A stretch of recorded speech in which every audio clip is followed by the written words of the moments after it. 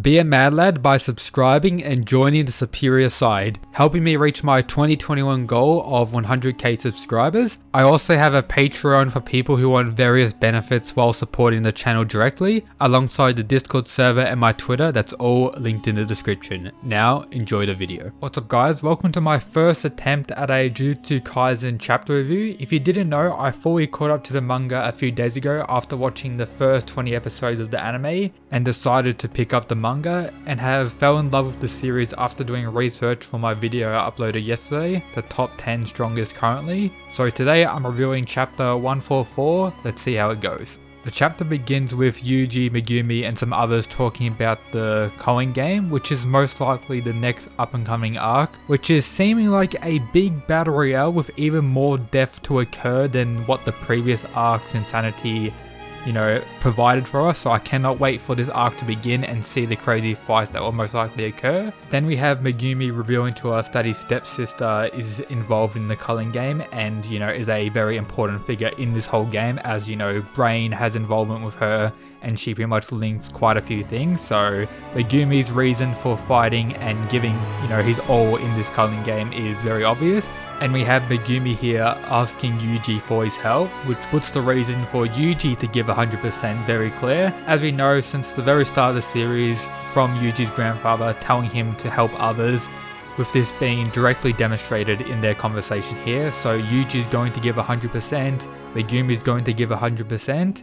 And then we get some inner monologue from Yuji for a bit, with this being pretty interesting and pretty much is all about Sukuna, which confirms that Yuji is aware that Sukuna wants Megumi alive for something, but he doesn't actually know what. No one really knows what, but it's good to know that Yuji is aware of this now. And he also mentions that he believes Sukuna took over his body last time and went crazy on his massive rampage because the 10 fingers were fed to him while he was knocked out, meaning he currently has 15 out of the 20 fingers already in him, which is more than what I expected him to have at this point. But the author did say the story is going to end in a few years, so I guess it makes sense. Yuji also feels confident in himself that if he eats the last 5 remaining fingers that he won't allow Sukuna to take over, or that Sukuna won't take over, which I'm personally not too sure about. You can't trust our boy Sukuna, man will come out when he wants. But just to be safe, he tells Yuta to kill him if he's possessed by Sukuna again, which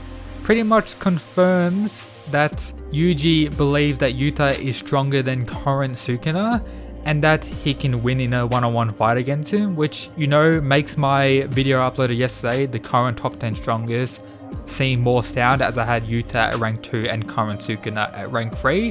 But it's very possible that Yuji isn't fully aware of Sukuna's full power and Sukuna may actually be above Yuta, but I'm still on the side that Yuta is stronger than current Sukuna. Then we have Megumi mentioning that he's going to return to the school and talk to Master Tengen. If you don't remember who Master Tengen is, I'll go over who he is quickly. So he's meant to be an immortal Jutsu sorcerer that remains inside this specific chamber and pretty much creates the barrier that protects the various Jutsu high school locations, and that he doesn't interact with the outside world or go on, Jujutsu missions like everyone else. That his only responsibility is to keep this barrier up and pretty much protect the pillars of the Jujutsu world, as he's been doing for like thousands of years, which is absolutely insane.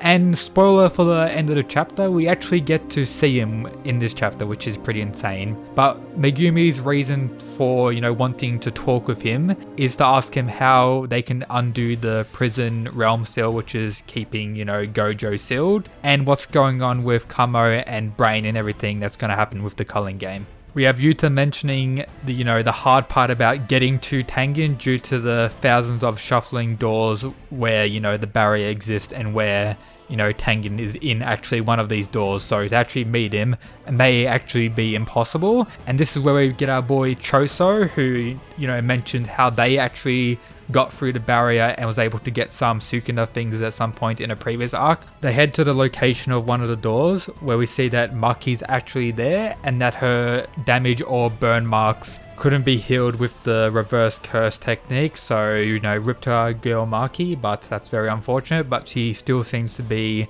in top form, I guess, not, on the brink of death like other characters. This is where we get Choso explaining how they were able to get into the storage safe in the past, and that some of his younger brothers are actually inside one of the storage safes, and that he can sense them with one of his cursed techniques or whatever it is, and that him being able to sense it, he can pretty much pinpoint where they are, and that's how they're planning to find Tengen at this point. And of course we have Maki being sus of Choso and, you know, says, who is this guy anyway? And surprisingly, our boy Yuji says the following: for now, just think of him as my older brother, which, you know, leaves Choso in absolute shock. But it was a pretty funny scene, and we got them arriving at the door where his younger brothers are meant to be. They walk in, they see all these tree branches. It looks pretty cool, I guess. Let's go in. In the back, there's an elevator that leads to the Tomb of the Star, or, you know, where Tengen actually is. As they're going down, Yuji mentions these bloodstains on the ground and, you know, asks what happens. And as we know, this happened 11 years ago in the Gojo flashback with, you know, Megumi's father and everything crazy that happened during that arc, or that flashback arc. With Yuki actually mentioning that this whole mess may have actually started from that event that occurred, which is pretty interesting to think about. Then as everyone is walking towards the tomb, we have Yuki who mentions, no, it rejected us, and then some inner monologue for her. Actually, Tengen doesn't usually interfere. However, now that the Six Eyes is sealed, you know, Gojo, the Six Eyes, I thought we could meet him. The one rejected by Tengen is me, not us. But my expectations were too optimistic. And out of nowhere, we got Megumi, Yuta, and, you know, everyone else noticing that Tengen is there. And yep, the all-knowing sorcerer has been revealed. And let me say, man doesn't look very human to me. Man has like 4 eyes, looking like a corpse, some, you know, ancient old corpse dude. He is over 1,000 years old, so I'm guessing maybe his, you know, technique caused him to look like this, or this is, you know, the cause of his immortality or something like that. But yeah, my dude doesn't look human and isn't really what I expected him to look like, if I'm being honest. I'm not complaining, but he looks a little bit off in my opinion. But yep, that's the end of the chapter. I'm still not 100% why Yuki said she has been rejected by Tengen, with it pretty much showing that she can actually see him. But while saying that, Tengen doesn't actually mention anything about her, so maybe she is rejected or connects to him in some other way, because we don't really know too much about Yuki at the current point in the manga yet, so maybe her backstory is somewhat connected to Tengen or something crazy like that. But, you know, the final line from Tengen is, you know, and Sukuna's vessel, acknowledging Yuji and everything like that. But yeah, he seems to be the all-knowing sorcerer. He has been revealed looking like a crazy corpse dude. Can't wait to see what happens next chapter. But yep, that's pretty much everything for today's chapter review. As a whole, it was a pretty solid chapter.